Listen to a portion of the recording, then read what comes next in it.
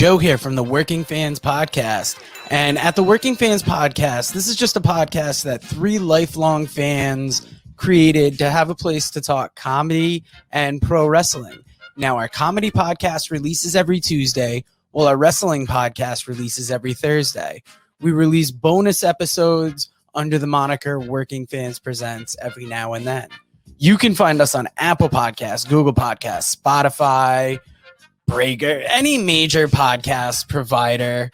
The important thing is just please like, rate, review, subscribe wherever you listen to us. Now, we have started a new thing. We are now on Amazon and Audible. So those episodes release every Monday. And that's kind of going through the archives and just releasing our old episodes in a new area. So if you want to live through the process with us again, take that journey with us again, you can find us over on Amazon and Audible. Now, if you can't get enough of us in the audio form, check out our YouTube. It's youtube.com/C/Working Fans Wrestling Pod, or just search Working Fans Podcast on YouTube. We have the whole archive is up there. And if you listen to the Working Fans Podcast, you are more than familiar with the 531. That is our signature segment where we take your top 5 lists on a particular subject, vote it down to a top 3, and then debate it down to a top 1. Now, guys, if you want to hear 3 guys talk shit about comedy, wrestling, life, anything, you will enjoy the Working Fans Podcast.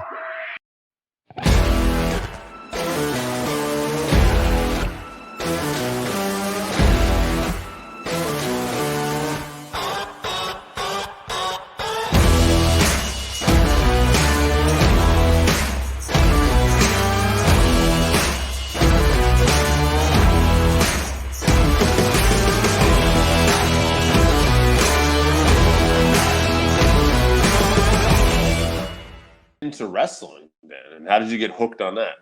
Oh, that's like lifelong, Yeah, no, I at a very young age. The Hasbro era, Yes. WrestleFest, all that, like the characters and all that. I went to the Royal Rumble '91 in Miami, Florida, where I'm from. It sucked because I was a big Warrior fan and he lost. Oh. And I didn't like Hogan, and he won the Rumble and he threw out Earthquake, who I've just always liked Earthquake. That's funny. Just something about a 27-year-old man that looks 50 that I'm a big. Yes. I like the guys. Yeah, Iron Anderson disease. Like I've always rooted for. Yeah, that was heartbreaking. That Warrior loss when Savage cracked the scepter over his head. Yeah, it was like slaughter, and it was like about Iraq, and So we were talking about the Savage thing. Yeah, Royal Rumble number 91, and it being all about like the Iraq War and patriotism and not caring, and yeah, no, absolutely. I mean, 2008. I was like, I don't know what politics. It's like I don't fucking. And to me, it was like the Iraq War was just a thing that preempted The Simpsons. That's so funny. I never thought about it. Yeah, see, I was a little older. I was like 14, but still, I mean, I just remember like not liking that character because even at an early age, I'm like, this seems too serious for my pro wrestling. Like why are we talking about this? And I love then especially knowing about like Hulk Hogan, the person in real life, like there's no one to root for. No. And then I found out, and it's like wrestling. I know everything's predetermined. I don't like to use the F word. Me too. No, I'm with you on that. Yeah. But like, or like a lot of it's made up. But I will say, I was devastated when I found out that Sergeant Slaughter was never actually in the military. Yes. But then he talks about it like he is. It's like the stolen valor thing. It's really weird.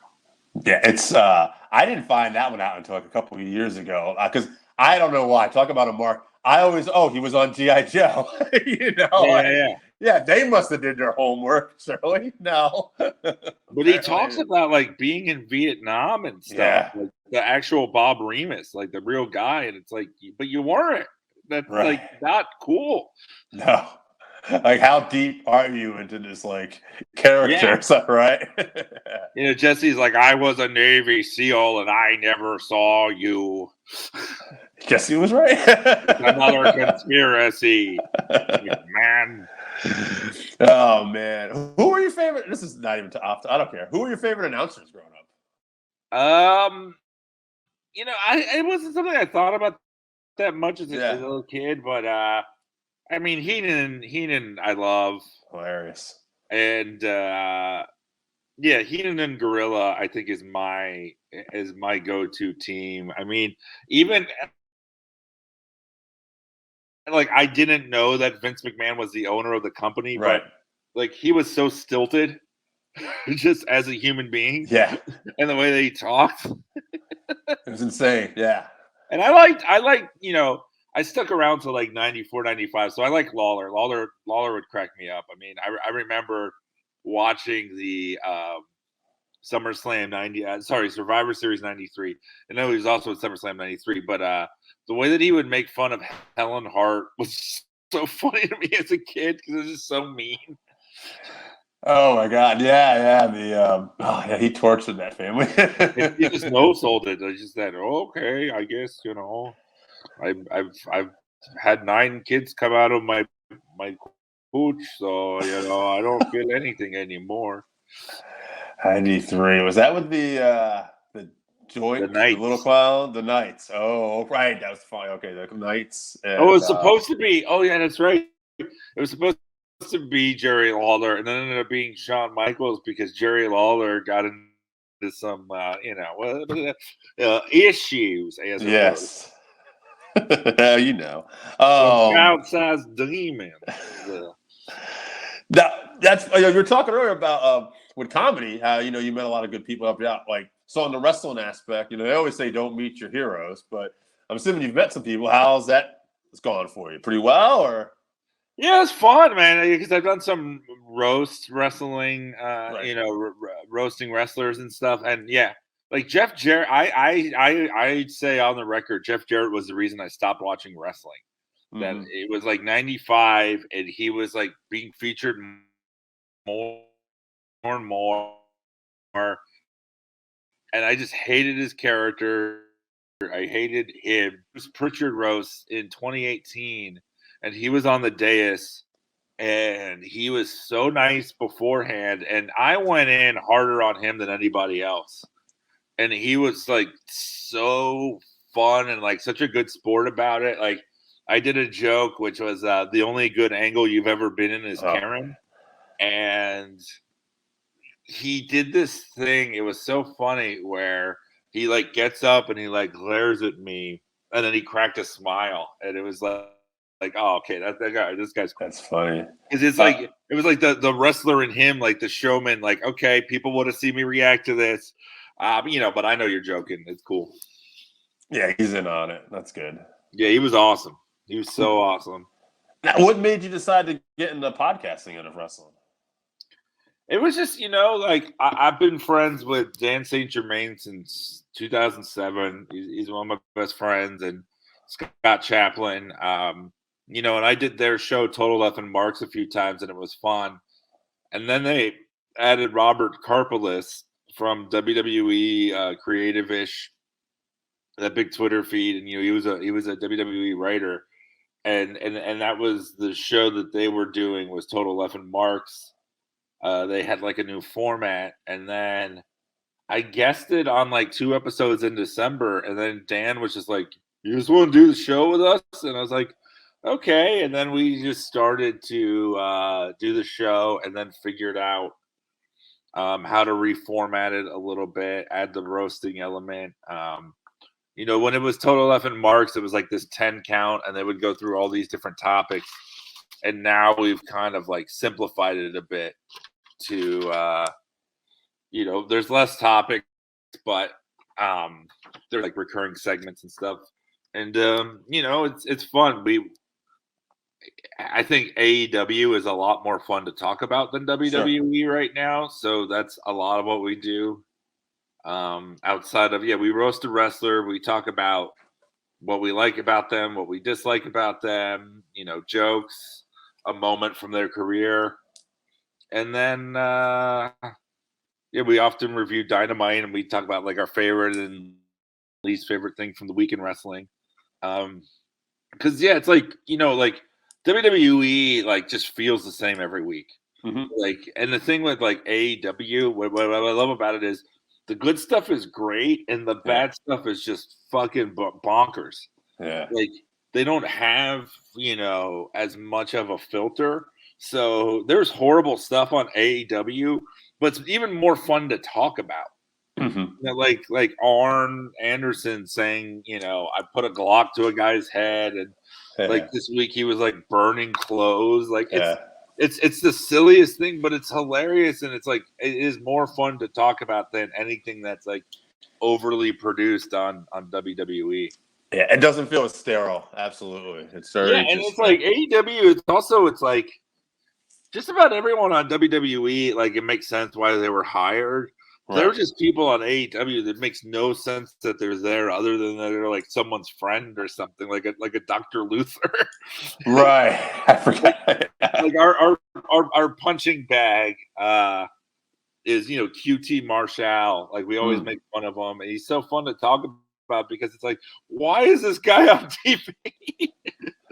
and then he like is prominently featured. He's like, they put him in a match in between CM Punk's return and an Omega title match. It was him and Paul White, and it's like this is a joke that's gone too far. Right? Yeah. No, it's crazy. Yeah, you're right. It's very interesting. And I was thinking about this. I was actually watching what was it? NWA the other day, and they had something that was you could tell it's a tape show, and somebody said they called Aldis Magnus, and they corrected him. They said, you're so used to calling him Magnus from your TNA days. I think it was Velvet was on the show, and it was Aldis. And I thought, if that was WWE and this was tape, that would have never made air.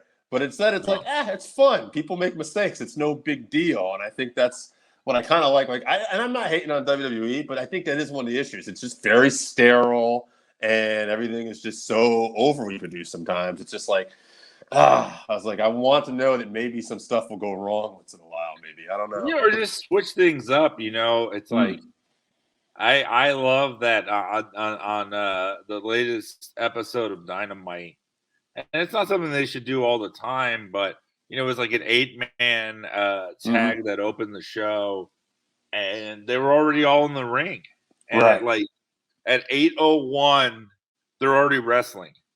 And you're already like off to the races where, every show and all this preamble and even, like entrances are awesome and they should always be done for the live crowd. But for your television audience, I don't know if you need them every single time. All right. Sometimes just like, boom, here's a match. And what Dynamite does that I really love, or just AEW in general, they tell you everything that's going to be on the show. Right. And within the first 2 minutes, and then you're like, okay, because like that idea of, hey, we're all just here at the wrestling show because we're wrestlers, but none of us know what we're doing tonight is just absurd if you think about it. They just wandered in. Have a match with you. Like Dynamite never has them. The thing that they might set up a match for Rampage and it's in front of the same audience, but even that's like a different show, or they'll set it up for next week. I like that 8-man tag too, because they didn't do the entrance, but we didn't get a commercial either. So it was like 16 minutes, 15, 16 minutes of just wrestling, and I was like, like you said, I don't know if we could skip the entrances all the time, but once in a while, it's pretty nice. Like, okay. Yeah. And that's probably a decision they had to make. But, And then I mean, it's interesting now we're just talking about Dynamite, but Yeah. it is fascinating, like wrestling fandom in general. But like we were talking about our show this week, we were so excited about Punk coming back, and we're already like, can you just do something, dude?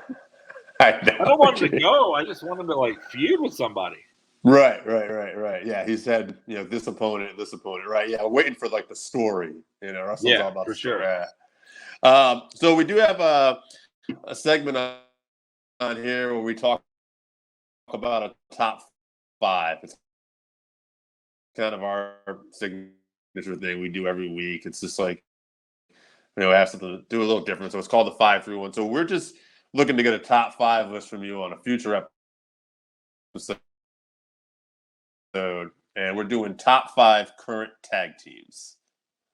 Okay, top 5 current tag teams. I'm gonna go with I'll say the Usos.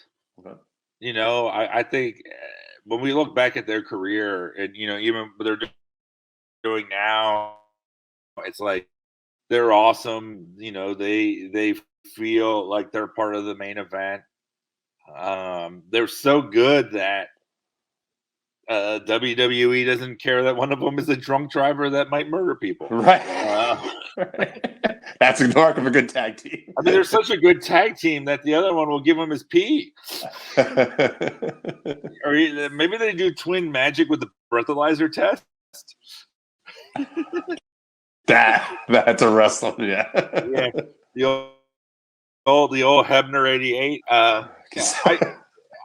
I think that they're amazing. The Lucha Brothers, are just, and I'm not just picking these because they're champions. I'm not being all kayfabe about it, but I mean the Lucha Brothers. It's like you always see something new, and it's just incredible. Proud and Powerful. I love those guys.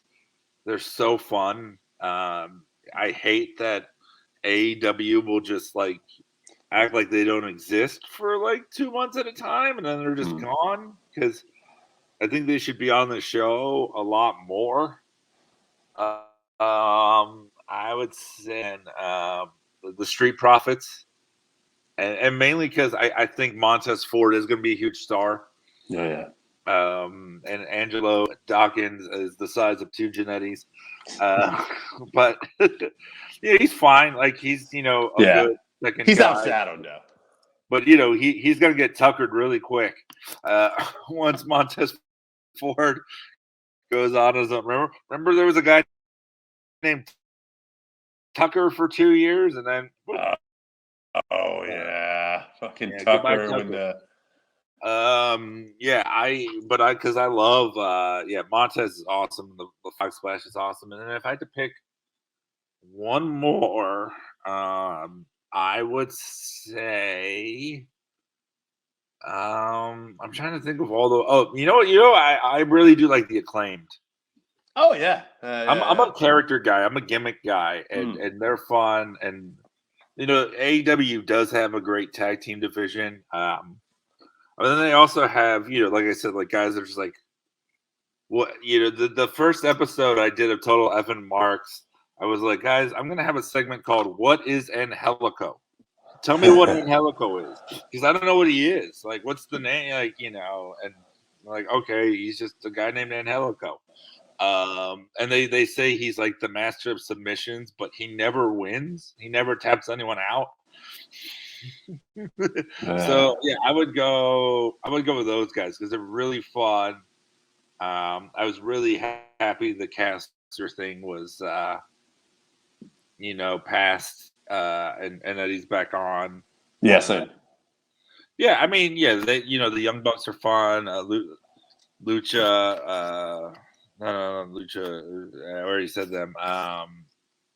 Jurassic Express, I like them too. I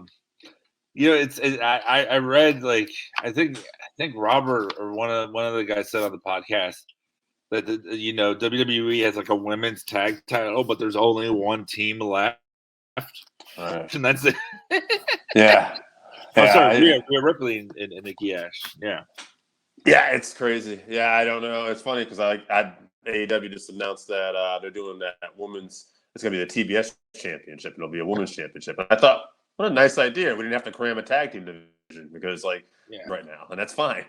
Well, the joke I always make is I call the women's matches 925 live because almost every week they're at exactly 925. They're usually in the same segment.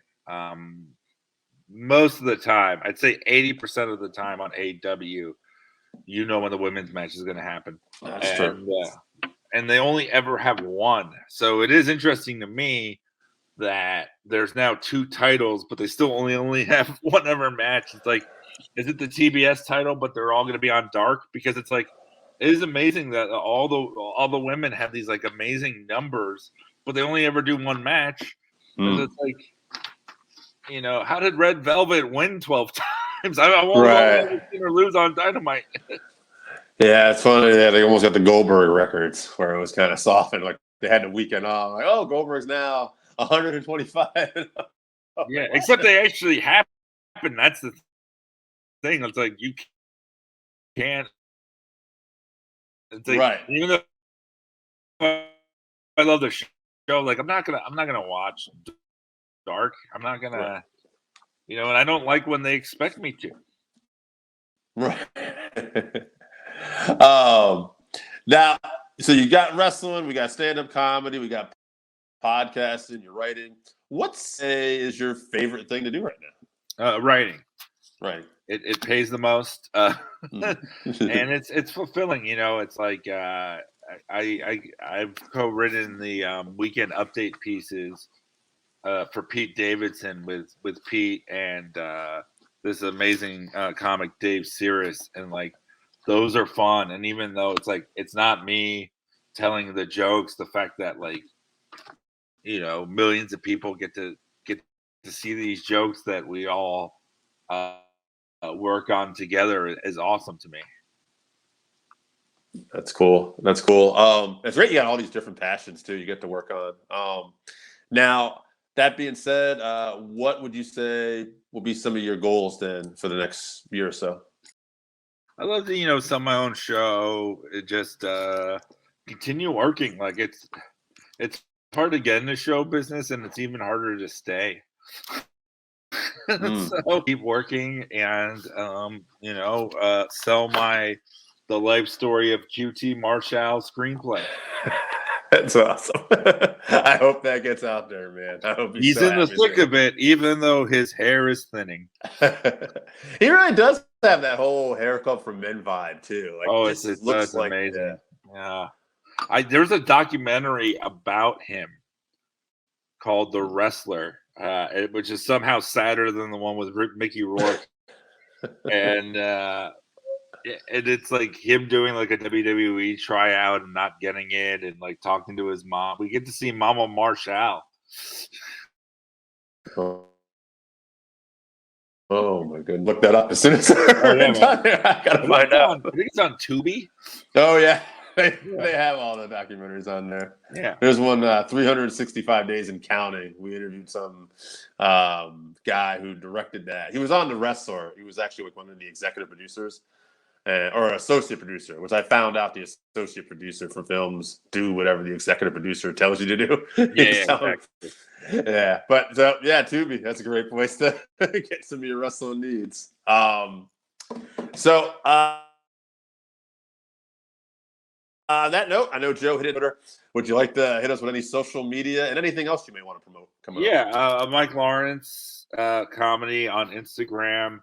There's a Russell Roast Facebook page, and then obviously the Russell Roast podcast. If you like wrestling, if you like comedy, I think, you know, we do a great job. And, you know, the thing I would really say that I love about our show is, we're funny, but like we love wrestling and wrestlers, but we also don't pretend it's the most important thing in the world. We're able to like be silly about it, and you know, it's such an absurd thing. Pretend combat. You know, watching people in their underwear, and you know, we point that out sometimes. So it's it's still real to me, but because the rest of my life is fake, I would say is the Wrestle Roast motto if I had to come up with one. It's been a pleasure. Thank you so much for your time. And Thank you.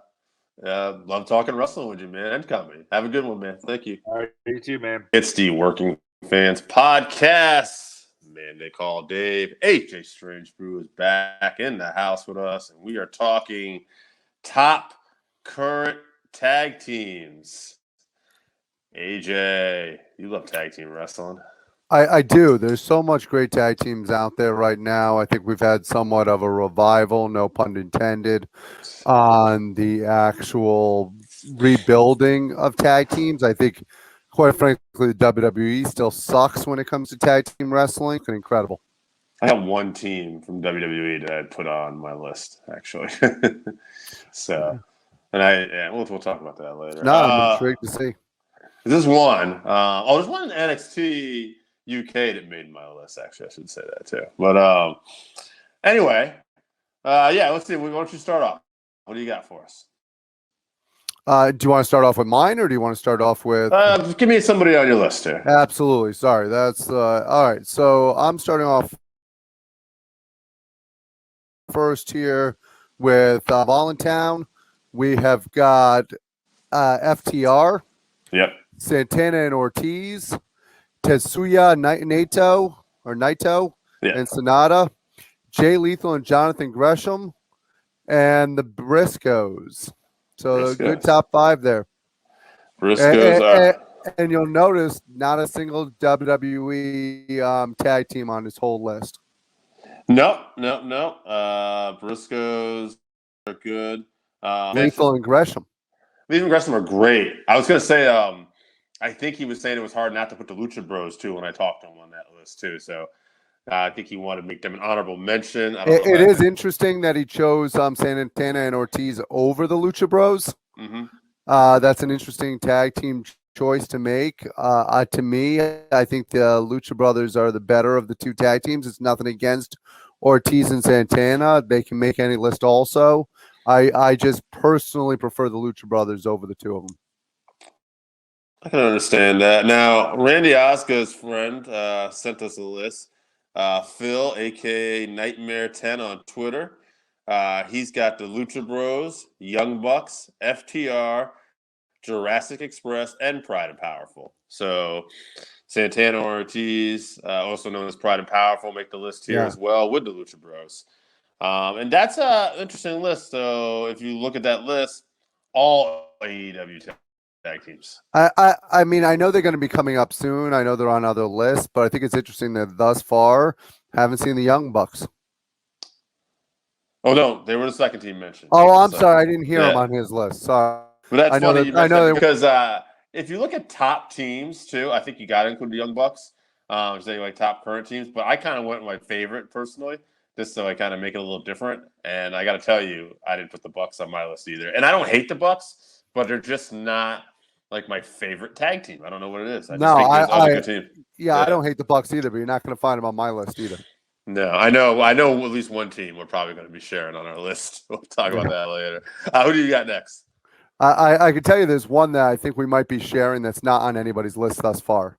Okay. But let's go on to Jake so far. We've got Jake is Mrs. St. John's second favorite baby boy. We've got the Young Bucks making his list number one. FTR. We've got the Briscoe brothers. We've got John Moxley and Eddie Kingston because he says he loves their friendship, which is cool. That's cool. Yeah. The Lucha Brothers. And then because it is Jake St. John, we do have the Jake St. John rule in play here. And with an honorable mention, we've got MSK. He hates the name, but he loves the tag team. Good move. MSK is a great team. Absolutely. Enjoyed them in Impact. Enjoy them in NXT. Not on my. They are a great team. I'm gonna read a couple that producer Joe sent to me here. I got Chuck Winchester's list. He's from the Buzz family. He's got RK Bro, New Day, Usos, Lucha Brothers, and Best Friends. Interesting about Chuck's list is a little more heavy WWE. I know he watches WWE, but just in keeping up with AEW, the two teams he picked were Lucha Brothers and Best Friends. So I thought that was interesting. Well, here's the interesting thing about the Best Friends is Best Friends 6 months ago would have made my list, but that was when it was Trent and Chuck. Trent is nowhere to be seen right now, and so therefore the Best Friends do not make my list. Understandable. Josh DeBoard sent us a list as well. He's got the Usos, RK Bro, MSK,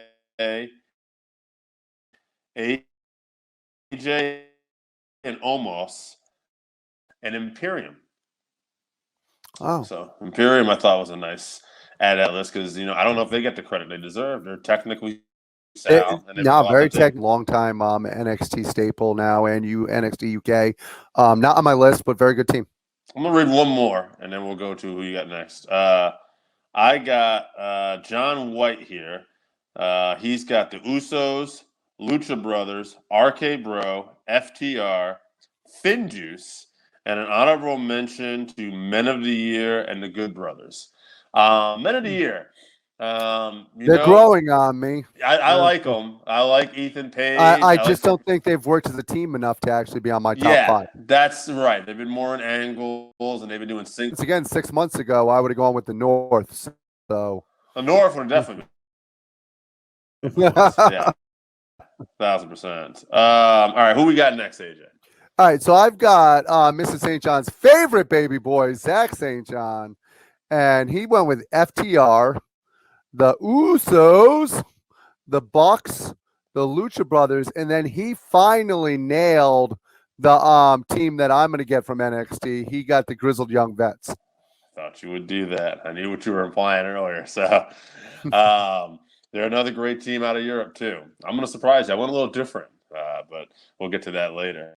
Joe sent us a list of himself here. He's got FTR, the Lucha Brothers, Young Bucks, Von Erichs, out of GCW, Chris Dickerson, and Starboy Charles. The Briscoes as an honorable mention. So, not bad. How many more lists you got there? I believe I have 2 more. 2 more. I got one from a farm and one from New Hampshire. All right. So I got 2. The rest of the list I have here from Tyler Peters. I think he only sent us Tyler, one. don't call me Stiff Peters. Yes. He had originally sent us the Midnight Express, Iron and Tully, the Rock and Roll Express, and the Road Warriors of Doom. And I didn't even look at it. Joe said all of them are doing very well right now. And I said to Joe, I said, I never looked at this last night. And he goes, yeah, hold on.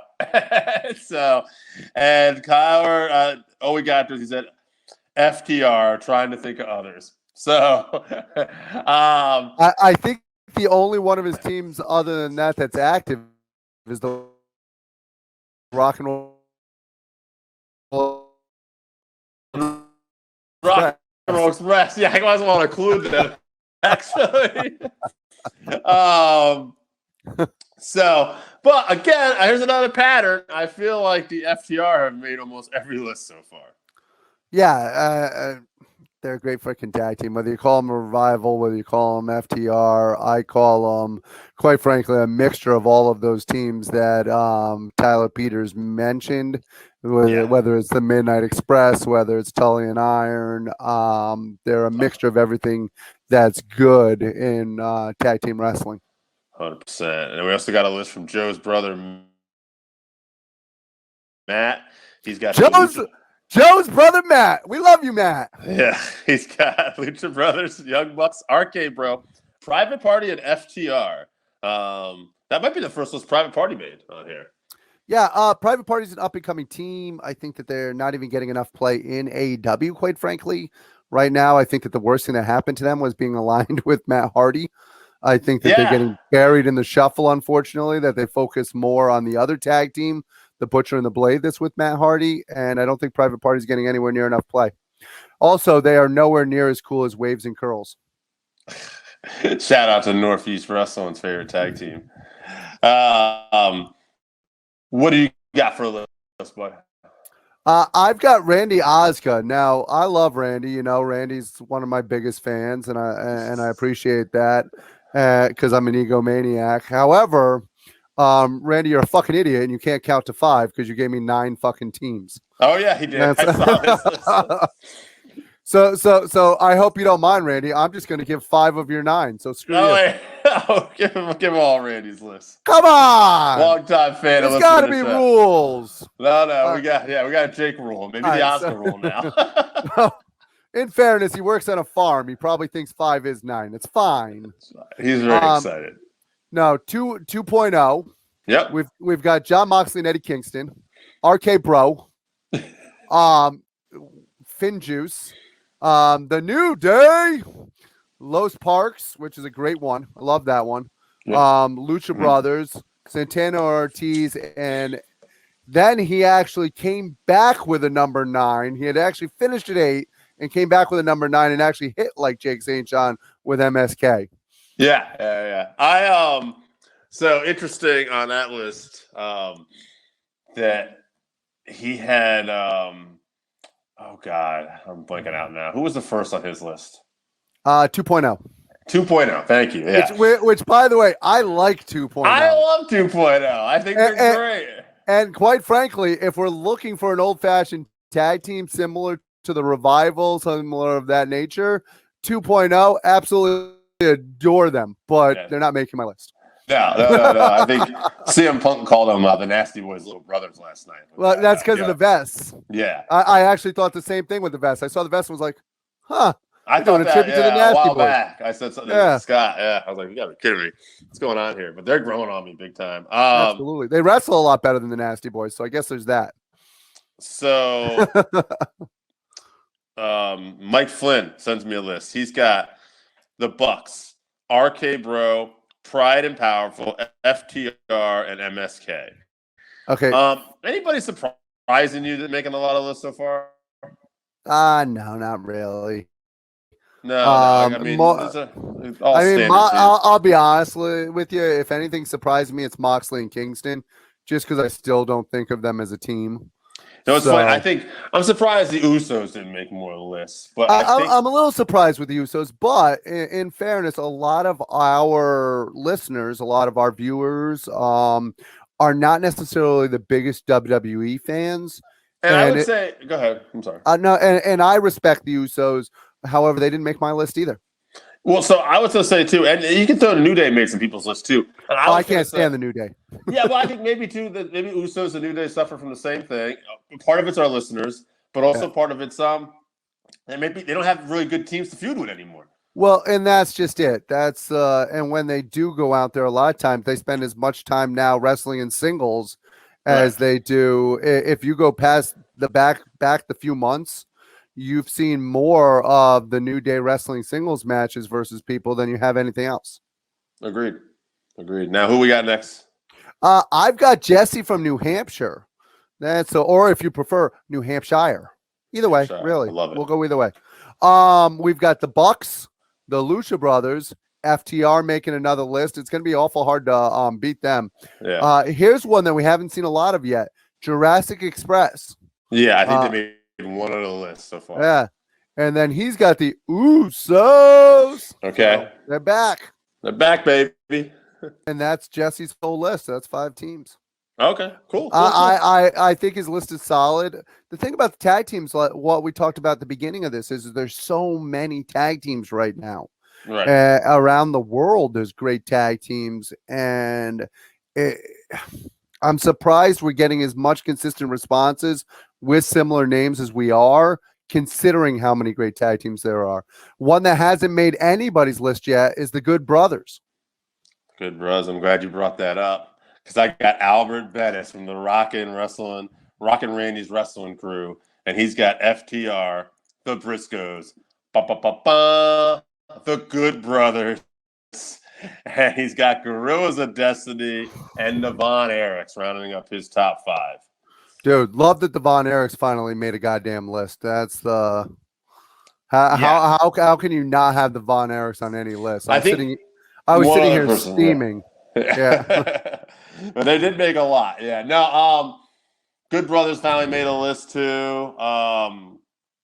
It's interesting. I feel like Young Bucks definitely have come back a little bit now as we start reading this more and more. We're hearing more of them.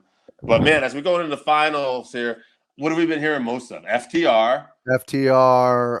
Santana and Ortiz made a lot of lists. Yeah, Lucha Bros. The Briscoes started off strong, but they seem to have fallen off a little bit. Yeah, I feel like the Bucks finally kind of came back a little bit. If anything, I think the Briscoes and the Bucks have somewhat evened up because I think the Briscoes were solid at the beginning, and I think the Bucks have kind of taken off at the end. So, all right. Well, we got two more lists. I believe you're next. Yeah, my list is the Lucha Brothers. They did make my list.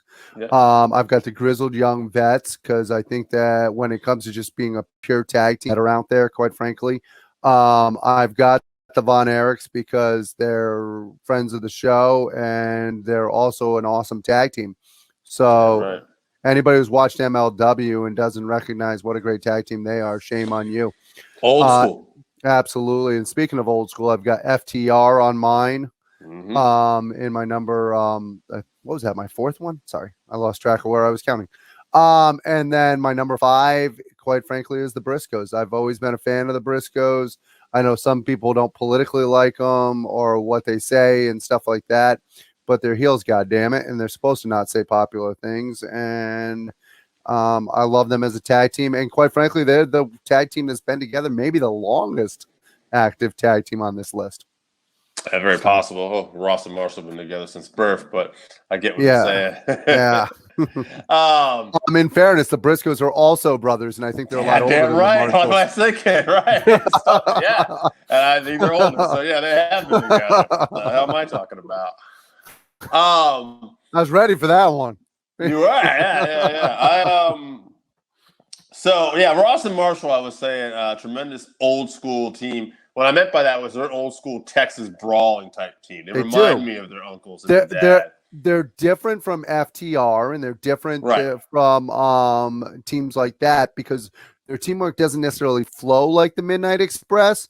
But when it comes to just straight up old fashioned Texas style, kick your ass brawl without the sides. I can see that. They definitely, like I said, I definitely think of them like their dad and their uncles. Obviously, they're but I mean, even in style. Now, that by the way, I think Tyler Peters had Brody and Hanson on his current tag team list also. Shout out to Tyler Peters. All right, my final list to wrap us up will be I got Ross and Marshall as well, former NWA tag champs, FTR. They're going to make my list. I got the Usos. I think they're doing great things with the bloodline with Roman Reigns. I do like the Usos. It's not anything against them. No, I know. I just think right now for just wrestling as a pure tag team that this is what you get. Plus there was that. They need more teams to compete with too. Well, they don't have the teams to compete with. They basically have one other team to compete with. Yeah. And then they also had the year off where I believe it was Jimmy that was injured for a year. So it's been a while. 1,000%. And of course, Jimmy's also the one who got in a little trouble there too recently. Yeah, Jimmy also got in trouble there, and then that hasn't stopped them actually. in fairness, main event Jey Uso did great as a single. So funny sidebar too before I finish my list too. Last week when Brock was beating up the Usos in front of Roman, and Roman when he come down, he beat up Jimmy, gave him a super. And then he goes, Jay. So it's like, that's my favorite. Don't you do that. We don't give a shit about Jimmy, but don't you touch Jay. Don't you touch main event Jey Uso.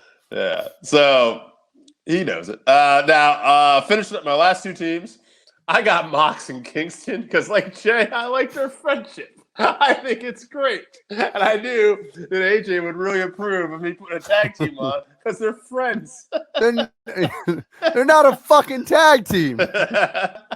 Those wrestlers that are just wrestling together.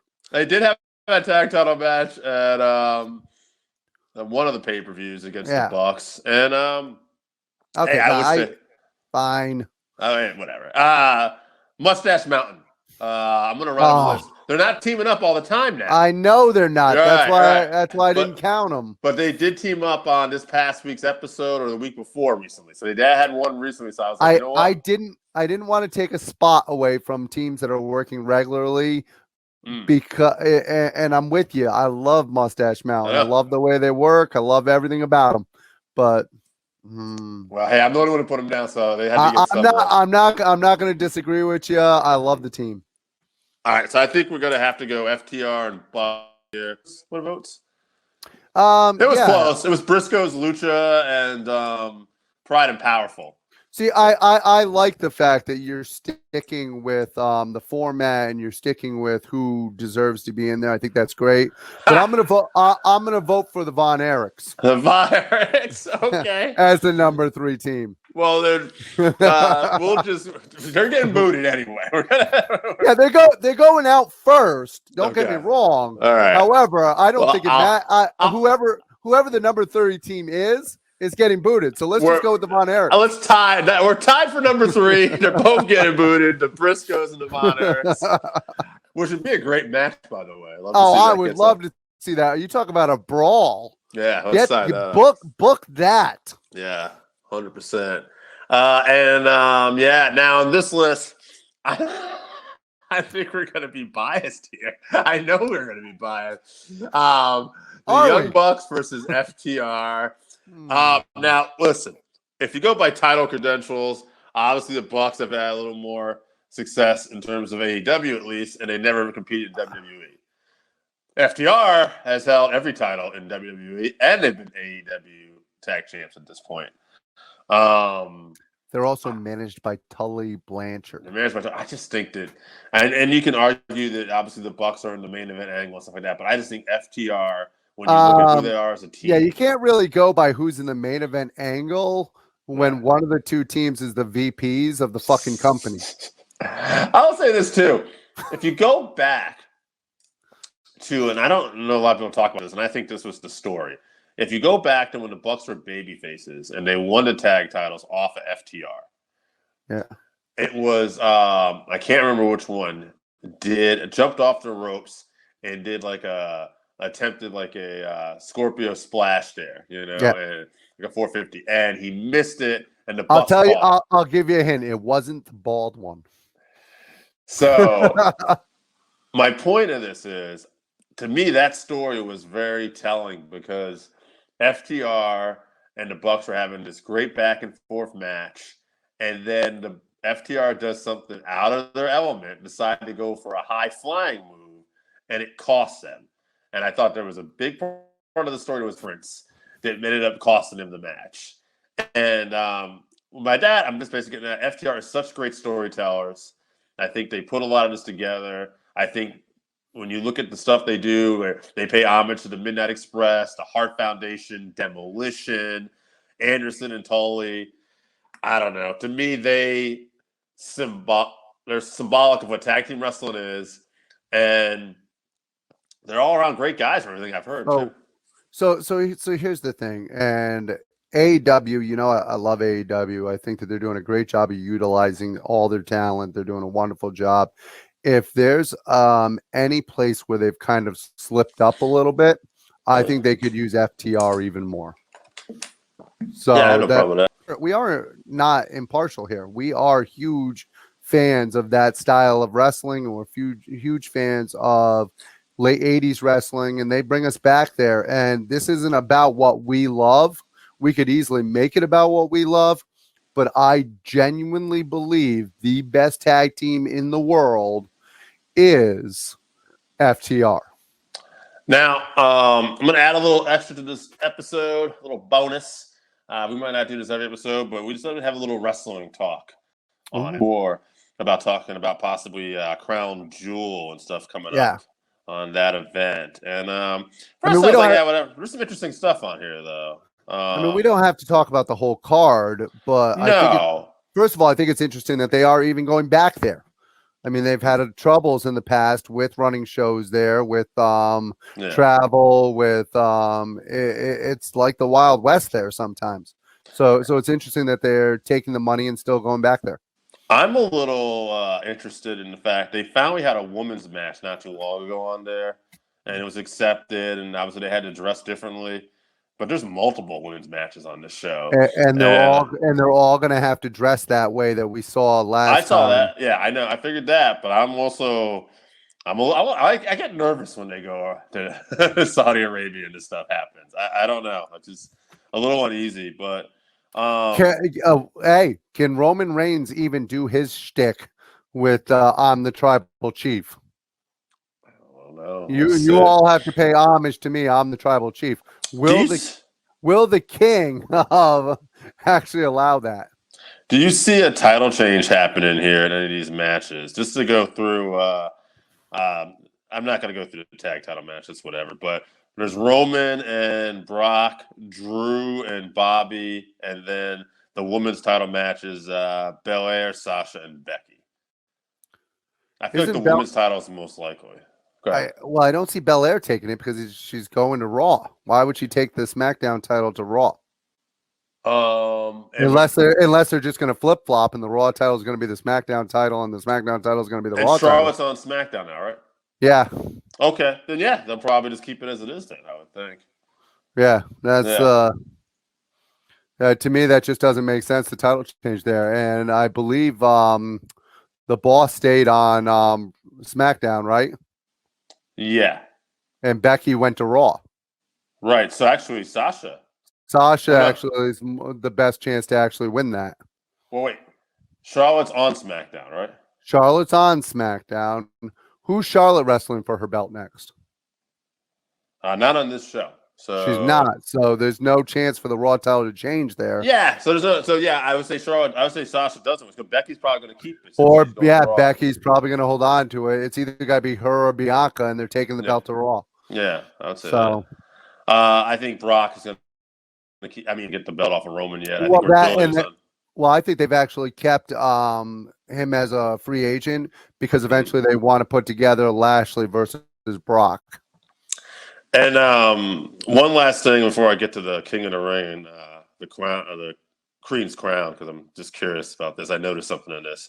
Goldberg Lashley. The way this is being built, do you see Goldberg winning? It almost looks like there's. I do. This is the give back. That's why they took the belt off Lashley, I believe. No, I believe they saw a chance to put the belt on Big E, and they saw a chance to give this back to Goldberg. And quite frankly, I think that so get the belt off Lashley, give him his win here, and then it's a wash. They might even build up to Goldberg and Big E and have Big E go over Goldberg. They could, but I think they're going to build Big E towards Drew McIntyre right now. Right. Well, that match is set up. Yeah. Now, I was looking at this Queen's Crown tournament, and I had missed SmackDown as of this, but I saw the spoilers, so it's garbage. Fine. I could not believe what I was looking at here. Vega beat Tony Storm. Yep. That must have pissed you right the fuck off when you saw it. But Carmella had to beat Liv Morgan on top of that. And we set up Vega versus Carmella.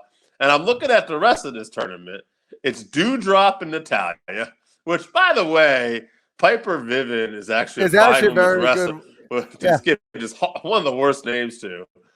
And then we got Dana Brooke versus Baszler. I feel like this is done appropriately. Yeah, Baszler should win the tournament. Yeah, Dana Brooke's going to get annihilated, and then I think Doudrop's going to go over Natalya, and then I think Baszler's going to get by Doudrop as in the final. Right, that makes the most sense to me. And don't get me wrong, I love Vega. I think Vega's a hell of a hand, and she's a great worker. I really do like her. But Carmella's the drizzling shits. Now here's where it gets a little interesting on the men's side, too. Sami Zayn is in the semifinals now. Yeah. Went over Mysterio. More heat between the Mysterios. Yeah, and Finn Balor beat Cesaro. Those look like they would have been two good matches. Is it going to be the New Day versus each other in the freaking semis? Well, that's what I'm wondering. Now, here's the thing. Online to be King of the Ring for a long time. And I thought it was funny. However, there's one little caveat here. Jinder Mahal versus Kofi Kingston. This is in Saudi Arabia. Now, I know he's not Saudi Arabian, but he is of Middle Eastern descent. Do you think that plays a part in here? Or because he's not Saudi Arabian, they don't care? I mean, I don't think the people of Saudi Arabia give two shits about India. yeah, I don't either. Does the WWE know that, though? But that being said, Does the WWE know that? yeah, I don't believe Vince will know that, and Yeah. Jinder Mahal could go over in that match. He could go win the whole tournament. However, how interesting would it be to see the New Day versus each other for the? I think we are. I think this is going to set up. I think Woods is going to beat Ricochet. They don't care about Ricochet, Yeah. despite the fact Ricochet can be a great singles wrestler. And I think we're going to get Woods in the finals. How did the against kid? Balor. How did the kid from Saudi Arabia not get into this tournament?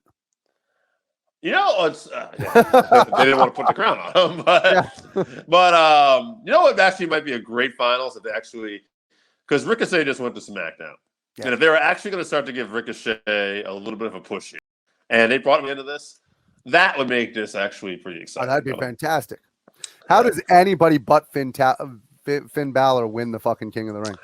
I don't know. He should. I mean, I would love to see Sami Zayn win it just because I think that he would be a great heel as a king. Yeah. But how does anybody but Finn Balor win this? I mean, in my mind, Finn and Cesaro would have been the finals. So, Oh, absolutely. How are they a first round match? yeah. Now, I'm looking at the other bracket and going, Cesaro kills everyone. yeah. Now on that note, I think that will probably be enough for Crown Jewel talk. Yeah, that's as far as we know that where they're going back there, a little uneasy, but they take the money and they run every time. Dave, when is Crown Jewel? Oh, good question. I had just put that away too, sir. Crown Jewel is coming up October 21st, so that'll be roughly 2 weeks. Is that a Thursday night? That is going to be today's a Saturday. Yeah, it'll be a Thursday night. Probably Thursday afternoon. So that week, I believe you're going to get wrestling Monday, Tuesday, Wednesday, and nothing on Saturday. Yeah. And actually coming up this week. Fuck it, we'll keep going a little bit here. As we're taping this on a Saturday, next week we'll have a live AEW's on Rampage. Saturday, And a live Saturday Dynamite. Yeah. And now it's interesting to note, this just came out, SmackDown is going to FS1 next week. And what they're doing is they're actually going to go over a half hour.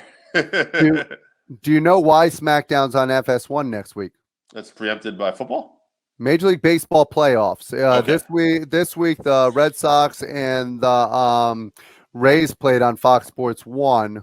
Yeah. For the divisional playoffs, but next week is actually the American League playoffs, and they'll end up having that on regular Fox, so you'll have SmackDown on FS1. But here's the interesting thing. They're going to FS1. They're going to stay a half hour over. Tony Khan tweeted out, I can't wait to beat the A show next week. It's been a long time coming. And that's interesting. And, because they're on FS1, that might happen. Now, it's only going to be a half hour, but now here's the thing. Here's WWE. It's so petty. They've already booked Becky Lynch defending the title against Sasha Banks. Brock Lesnar will be on the show. And Roman Reigns, of course, will be there. And we're all predicting they're going to be in that last half hour. They'll all be in that last half hour. It's going to be the greatest half hour in SmackDown history. They're going to do what they can. Now, Rampage is already booked. The rest of the show is going to suck. Rampage. That 1 half hour. Rampage has already booked CM Punk and Matt Sydal, and it is live next week.